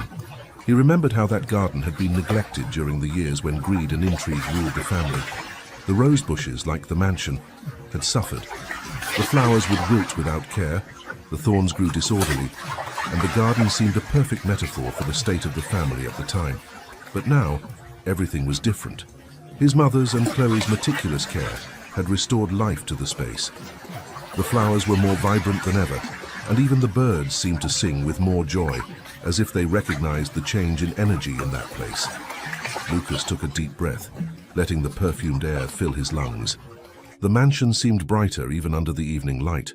The corridors, which once seemed to echo with uncomfortable silences, were now filled with laughter and carefree conversations. The kitchen, where tension once reigned, was now the pulsating heart of the house, with delicious aromas announcing lovingly prepared meals. He smiled as he remembered that morning's breakfast, where they all sat at the table together, something that hadn't happened in a long time. "Lucas, dear, why are you so pensive?" His mother's voice brought him back to the present. Mrs. Carmen had approached, with Chloe right behind, both carrying the scent of flowers with them. Lucas turned to them, noticing how the soft light of the sunset illuminated the faces of the two, highlighting the serenity and happiness that now surrounded them. "I was just thinking about how everything has changed, Mother," he replied, his voice laden with emotion. "A few months ago, it was hard to imagine that we would all be here, at peace, living as a true family. It's as if this garden is a reflection of what happened to us. Everything was crumbling, but now it's blossoming again." Mrs. Carmen smiled, touching her son's face with the same tenderness as always. "Storms pass, Lucas. Sometimes it seems they will destroy us, but it's they who teach us to value moments of calm and beauty. This garden is proof of that, and so are we." Chloe, who had remained silent, added, "I believe this place always had the potential to be a home. It just needed everyone to remember what really matters. It was love, loyalty, and justice that transformed this house, and that's what will keep it that way." The words of Chloe touched Lucas deeply. He knew that there was a lot of truth in them. The past was full of mistakes, but it was also full of lessons. Every step, every decision, even the most difficult ones, had brought them to that moment. And somehow, all the pains and challenges now seemed small before the peace that finally reigned. The Whitmore mansion, which had once been the stage of so many conflicts, was now a sanctuary where love prevailed, a true home. The federal high-security prison in Dallas looked nothing like the luxurious environments that Diana was used to frequenting as the Whitmore's driver. The former driver now occupied a 9-square-meter cell, where the only furniture was a concrete bed with a thin mattress and a metal toilet. Her hands, once accustomed to the soft leather of imported car steering wheels, now hurt from the mandatory work in the prison laundry. The routine began ruthlessly at 5 in the morning, when the fluorescent lights turned on without warning. Diana had completely lost track of time. The days dragged on endlessly, each minute a particular torture. During breakfast in the communal dining room, the other inmates watched him with disdain. "Look who just arrived, the Prince of the Whitmores," they mocked, purposefully pushing him as they passed. The hours of work in the laundry were especially degrading for someone who had once boasted about their designer clothes. Diana spent 8 hours a day sorting dirty uniforms, carrying heavy baskets, and operating noisy industrial machines. The hot steam and constant humidity made his once well-groomed face constantly red and swollen. "When you're done with those uniforms, there are 300 more waiting," ordered the guard, a burly man who seemed to take special pleasure in humiliating him. During lunch, Diana sat alone in a corner of the dining room, trying to become invisible. His former status as an accomplice in an attempted murder against one of the most powerful men in the United States had made him a constant target. "How's the taste of the food, driver?" the other inmates provoked, purposefully spilling water on his tray. "Must be quite different from the fancy restaurants you used to frequent." The nights were the worst time. Lying on his thin mattress, Diana was tormented by memories of his former life. The expensive dinners with Madeline, the plans for wealth, the dreams of power. Now all that was left was the echo of his own breaths in the dark cell and the occasional distant scream of another prisoner. "Why didn't she send a lawyer? Why doesn't she make any contact?" he muttered to himself, still hoping Madeline would keep her promises. On the rare visits to the yard, Diana watched the sky through the steel bars, remembering the days when he drove luxury convertibles under the same Mexican sky. The other inmates avoided him not out of respect, but out of disdain for his former arrogance. One of them, older and more experienced, approached him one day. "Your problem, boy, is that you still haven't understood that in here, you're nobody." The loneliness was starting to affect his sanity. Diana caught himself talking to himself, replaying the events that had led him there. Every wrong decision, every moment of greed, every stolen kiss with Madeline, it all now seemed a cruel joke of fate. "How could I have been so stupid?" he repeated to himself as he scrubbed yet another endless batch of uniforms. The only contact with the outside world was the occasional news that reached him through the guards. That's how he learned that Madeline had been sentenced to an even longer sentence than his, and that the Whitmores had fully recovered from the trauma. "Looks like your brilliant plan didn't work out too well, did it?" one of the guards taunted, throwing the newspaper with the news in his direction. The public defender's visits were brief and impersonal. His assigned lawyer barely looked him in the eye as he explained that there was no possibility of a reduced sentence. "You're lucky you didn't get a longer sentence," he said on his last visit. The Whitmore's influence could have made everything much worse. Diana swallowed hard, realizing that his former life had turned to ashes. The days turned into weeks, and the weeks into months. The only thing that changed was the growing despair in his chest. Diana, who had once dreamed of mansions and luxury cars, now counted the seconds in his solitary cell, his mind wandering between regret and self-pity. "Who would have thought," he muttered to himself as he watched the moisture stains on the ceiling of his cell, "that the Whitmore's personal driver would end up washing prison uniforms for the rest of his life." Prison life continued to test Diana's limits, but it was on a particularly hot afternoon that his world collapsed even further. The guard threw a letter into his cell, the first contact from Madeline since prison. His hands trembled as he opened the envelope, but the words he found were like stabs in his chest.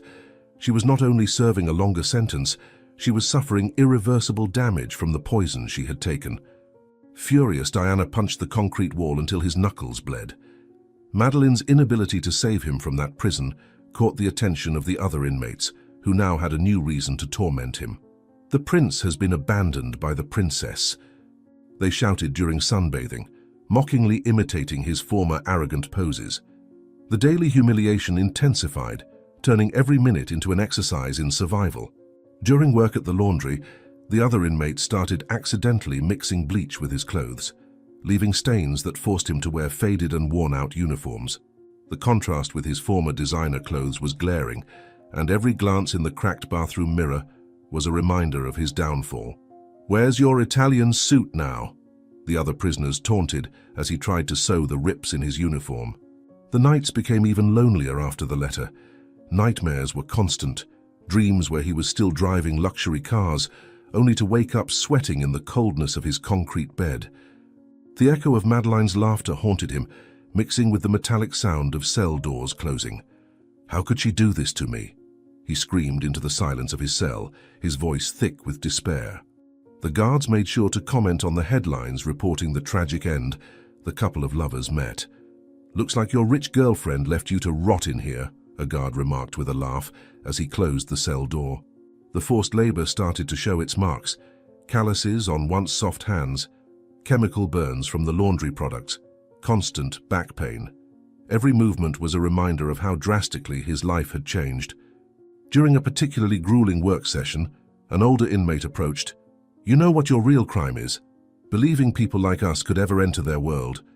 Visits to the prison psychologist became his only outlet, although the professional seemed more interested in filling out reports than actually helping him. Diana just stared at the ground, unable to find words to describe the emptiness she felt. The lowest point came when she discovered her few personal belongings had been lost during a routine inspection. The photos of her family, her last link to the outside world, had vanished. The guards shrugged when she complained, one even suggesting criminals don't deserve memories. That night, alone in her cell, Diana finally broke down, crying like a lost child. The reality of her new life crashed over her in increasingly powerful waves. The other inmates had given her a cruel nickname, Devil's Driver, a reference to her involvement in Madeline's devilish plan. The name followed her through the corridors, whispered amongst snickers and disdainful looks. "What's it like being Hell's personal driver?" they shouted during meals. Guards found Diana one morning, huddled in the corner of her cell, amidst a scene that seemed pulled from a nightmare. She was laughing uncontrollably, a shrill, fractured sound that echoed through the silent hallways like the wail of a lost soul. Her hands trembled as she tore pages from her own diary, fragments of paper scattering across the concrete floor like the ashes of a burnt life. The words once so carefully written were now reduced to illegible scraps, symbols of her complete mental collapse. On the cell walls, she had repeatedly scrawled in shaky, crooked lettering the phrase that seemed her only tether to reality: "The Devil's Driver has reached her final destination." The fabric ink used to mend the prison uniforms was still fresh on the wall, dripping in thin red lines that contrasted with the dull grey of the concrete. Diana's fingers were scraped and bleeding, the evidence clear in the deep gouges and slowly oozing stains on her hands. The guards hesitated at opening the door. "She's finally snapped," one of them muttered, his tone a mix of disdain and pity. The other just shook his head, trying not to look directly into Diana's eyes, which were wide and empty, as if seeing something no one else could. As they drew closer, the smell of ink mingled with the damp air of the cell, making the atmosphere even more stifling.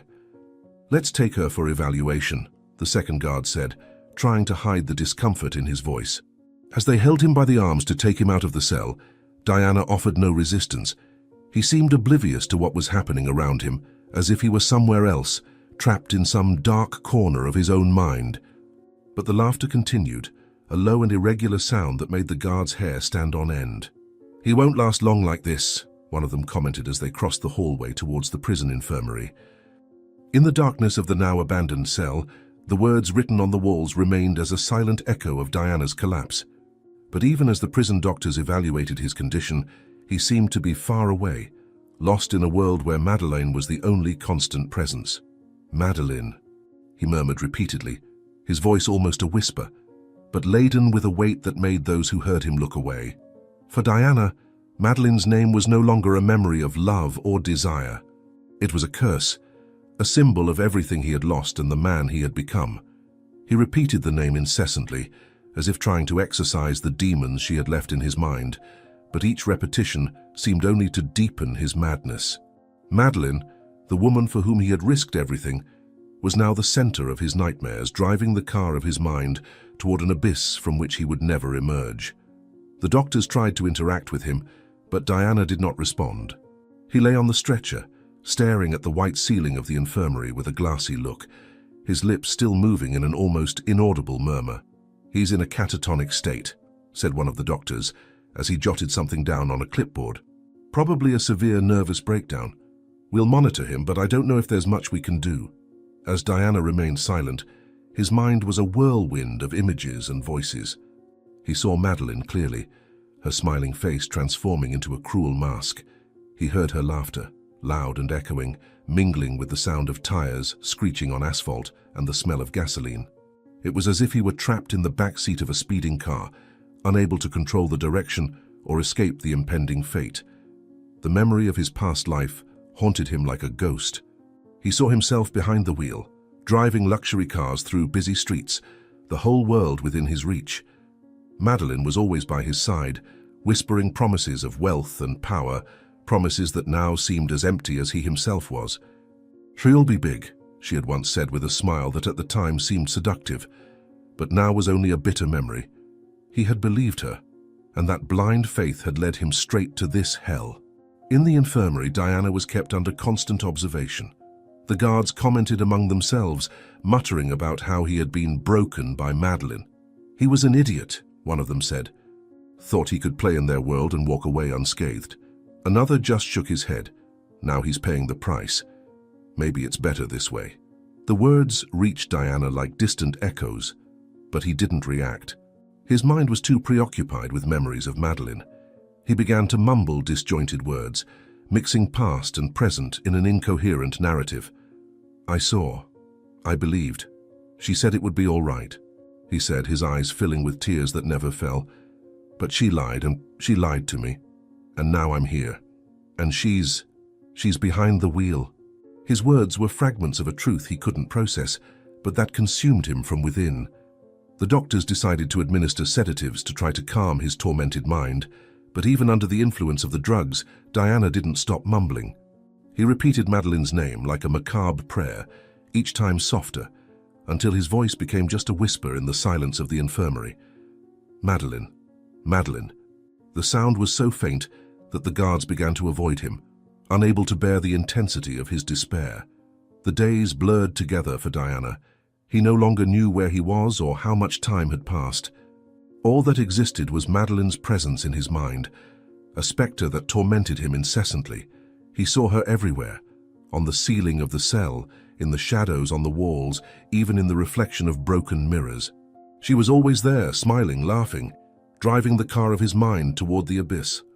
And so, the driver who once dreamed of driving the car of fortune was now forever trapped in the back seat of his own madness, with Madeline eternally at the wheel of his nightmares.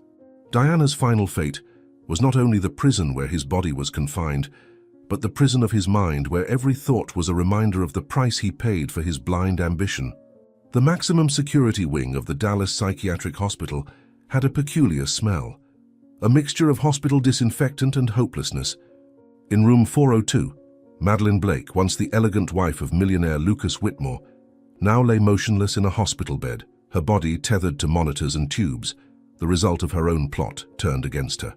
The poison she had prepared for her husband had left permanent marks on her nervous system, transforming the woman who once paraded in high heels through the mansion's corridors into a prisoner of her own body.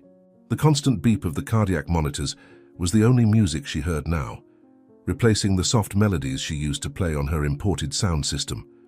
The doctors made their rounds with military precision, checking her vital signs and adjusting the doses of medications that kept her alive, but conscious enough to fully understand her situation. It was a cruel irony that her pharmaceutical knowledge now served only for her to comprehend every detail of her irreversible condition. The nurses in the psychiatric ward had developed a methodical routine to care for her. Every morning they would enter in pairs, a necessary security protocol, even though the patient could barely move a finger. They would clean her inert body with professional efficiency, change the hospital sheets, and check the restraints that bound her wrists to the bed, a precaution that seemed absurd given her state, but was required due to the gravity of her crimes. "Another day begins, Mrs. Blake," one of the nurses would announce, her voice deliberately neutral. The police officer standing guard at her door read newspaper after newspaper, the headlines occasionally mentioning her name in connection with the attempted murder that had shocked Mexico's high society. He watched through the glass window as the former socialite, now reduced to little more than a shell of her former glory, had her eyes fixed on the ceiling, the only part of her body that still responded fully to her commands. "It's amazing how fate takes its turns," he would comment to his colleague during the shift change. The specialists who examined her regularly offered no hope of recovery. The neurological damage was extensive and permanent, a direct consequence of the poison she had developed in her private laboratory. The irony of the situation did not escape anyone. The brilliant scientist who had created such a sophisticated toxin was now a victim of her own creation. "The tests show no improvement," the doctors would discuss during their visits, knowing she could hear and understand every word. The hospital room, with its white walls and institutional furniture, was a stark contrast to the luxurious suite she used to occupy. A small mirror on the wall opposite her bed allowed her to occasionally catch a glimpse of her reflection, a sight that surely tormented her. Her hair, once perfectly styled in luxury salons, was now dull and cut in a practical way to facilitate care. Her skin, which received the most expensive treatments, had the characteristic pallor of someone who hasn't seen sunlight in months. The medical reports accumulated in her file, each one confirming what she already knew. She was condemned to a prison far crueler than any cell could be. Her mind, perfectly lucid, was trapped in a body that refused to obey her commands. Each frustrated attempt at movement was a particular torture, a constant reminder of her current powerlessness. The patient retains full consciousness, the doctors would note, but exhibits near-total paralysis of voluntary movements. Visits were rare and strictly controlled. Every person who entered her room had to go through multiple security checks, a procedure she followed with her eyes, the only part of her body she could still move freely. The investigators would occasionally appear, asking questions she couldn't answer, observing her limited reactions with professional interest. "Interesting how she still tries to communicate something with her eyes," they would comment in their notes. The sound of heels in the hallway always sent her into internal panic, a conditioned reflex after months of silent terror. The rhythmic clicking against the hospital's vinyl floor reminded her of her own steps through the mansion, when she was the absolute mistress of that domain. Now every click of a shoe could mean the arrival of yet another person to witness her humiliation. "It seems we have a visitor for you," the nurse announced that morning, her tone suggesting she knew exactly who was coming. The officer on duty checked once more the restraints keeping her tied to the bed before allowing the visitor in. Madeline could hear the familiar sound of heels approaching, and for the first time in months, she felt true terror. Her eyes, the sole messengers of her emotions, widened in panic when she recognized the elegant figure entering her room. Mrs. Joanna, impeccably dressed and carrying a bouquet of roses. "Hello, dear daughter-in-law," said the lady, her smile carrying a promise that made Madeline wish she could scream. "I've come to return your dedication. Mrs." Joanna carefully placed the roses in a glass vase, her movements deliberately slow, savoring every second of the terror she saw in her daughter-in-law's eyes. The flowers were identical to the ones Madeline used to keep at the mansion, perfect red roses, cultivated in the garden that Chloe now tended with such care. "Do you remember these roses, dear? They're from the same garden where you used to meet with Diana," she commented, adjusting each flower with calculated precision. Madeline's heart monitor registered an acceleration in her heartbeats, but nothing in her body responded except her eyes, which followed every movement of her mother-in-law with growing dread. "Mrs." Joanna pulled up a chair and sat beside the bed, her straight back demonstrating the elegance that not even months of convalescence had managed to steal. "The doctors told me you can understand everything perfectly," she said, leaning slightly closer. "Isn't that wonderful? It means we can have a proper conversation." The nurses and the guard had discreetly withdrawn, leaving daughter-in-law and mother-in-law alone in the room. The silence was broken only by the beeping of the monitors and the soft noise of the air conditioning. "Mrs." Joanna opened her designer handbag, the same one Madeline had admired so many times, and took out a small perfume bottle. "I brought your favorite," she commented, spraying the air. "You were always so vain about your French perfumes. At least the room will have a more pleasant scent now." With precise movements, Mrs. Joanna began arranging Madeline's disheveled hair, her skilled fingers combing the lifeless strands.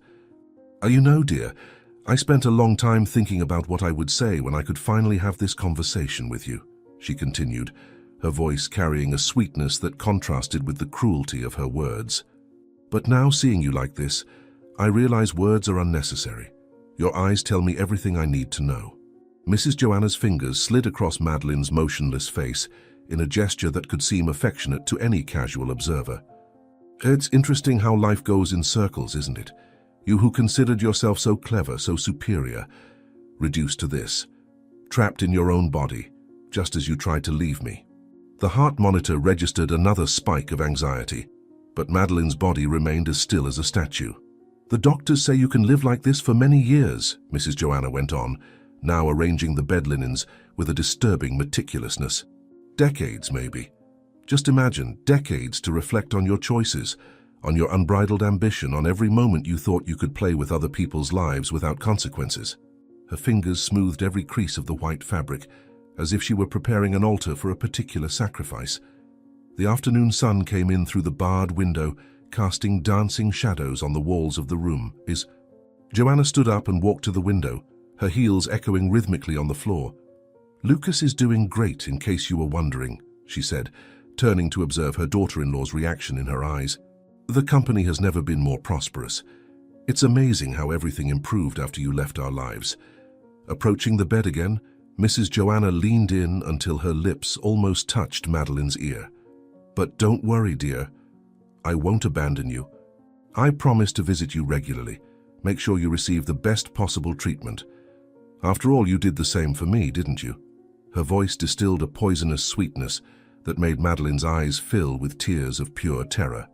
The shadows were starting to stretch long in the room when Mrs. Joanna finally prepared to leave. She arranged the roses in the vase one more time, made sure the perfume still lingered in the air, and picked up her handbag. "Oh, I almost forgot," she said, taking out a small vial from her bag. "I brought a little gift to help with your treatment. The doctors have already approved it. After all, I'm just a dedicated mother-in-law concerned about your well-being." The smile on her lips was identical to the one Madeline used to display, while administering the adulterated medications to her mother-in-law. The vial Mrs. Joanna left by the bedside seemed to glow ominously under the hospital's fluorescent lights. Madeline couldn't take her eyes off it, knowing exactly what it was, the same kind of medication she had developed in her private laboratory, now modified and approved for her own treatment. The irony of the situation did not escape her perfectly lucid mind, trapped in a body that refused to obey. "Tomorrow we'll start your new medication," announced the night shift nurse, checking the vial with professional approval. "Mrs. Joanna is truly dedicated to your recovery. She personally supervised the development of this treatment protocol." Madeline's eyes filled with tears she couldn't prevent from falling as she watched the nurse meticulously prepare the first dose. The new treatment began to flow through the IV tube, mixing with Madeline's bloodstream. She could feel every drop, her scientific mind perfectly understanding what was happening to her body. The medication wouldn't kill her. No, that would be too merciful. Instead, it would ensure she remained perfectly aware as she lost even more control over her motor functions. Mrs. Joanna's visits became as regular as clockwork, every Wednesday promptly at 3 in the afternoon. She always brought fresh roses, French perfume, and a new dose of the special treatment. She would sit by the bedside for exactly 1 hour, telling Madeline about life outside those white walls, about how the family was thriving without her, about how her own devious scheme had turned into her perpetual prison. The doctors noted the subtle changes in Madeline's condition after each visit from her mother-in-law. "It's remarkable how she reacts to Mrs. Whitmore's presence," they commented in their reports. "Her heart rate alters, her pupils dilate. There's a clear autonomic nervous system response." But what they failed to perceive was the sheer terror causing those reactions, the visceral fear that settled in her mind each time she heard those familiar clicking heels in the hallway. One particularly warm afternoon, Mrs. Joanna brought an additional surprise, a small photo album. "I thought you might like to see how everyone is doing," she said, turning the pages slowly so Madeline could scrutinize each image in detail. Photos of Lucas smiling, the renovated mansion, Chloe in her new role as governess, the children studying at their private schools. It's wonderful how life goes on, isn't it? Time within that room had lost all meaning for Madeline. The days blurred into an endless sequence of medical procedures, monitored visits, and moments of sheer terror whenever her mother-in-law appeared. Her body, once her greatest source of pride, had become her solitary prison. The vanity that had once consumed her was now a bitter memory as she gazed at her reflection in the small mirror, a shadow of the woman she used to be. The investigators who occasionally appeared to check on her condition always left shaking their heads, impressed by the poetic justice of her situation. "It's as if fate has crafted a specific punishment for her crimes," one of them remarked once. She craved power and control, and now she has control over neither her own body. Madeline heard it all, every word another brick in the wall of her mental prison. The nights were the worst. Alone with her thoughts, unable to move or scream, Madeline relived every moment of her former life. The lavish parties, the ambitious schemes, the stolen kisses with Diana, the whispered lies in Lucas's ear. It all seemed like a distant dream, twisted into a never-ending nightmare. The constant beeping of the monitors marked the cadence of her perpetual penance. Weeks turned into months, and the months promised to turn into years. For Madeline, time itself had become an even crueler prison than the very fate imposed upon her. The room she was confined to was luxurious, adorned with elegant furniture and heavy curtains that blocked out the sunlight, but the opulence of the surroundings did little to alleviate her condition.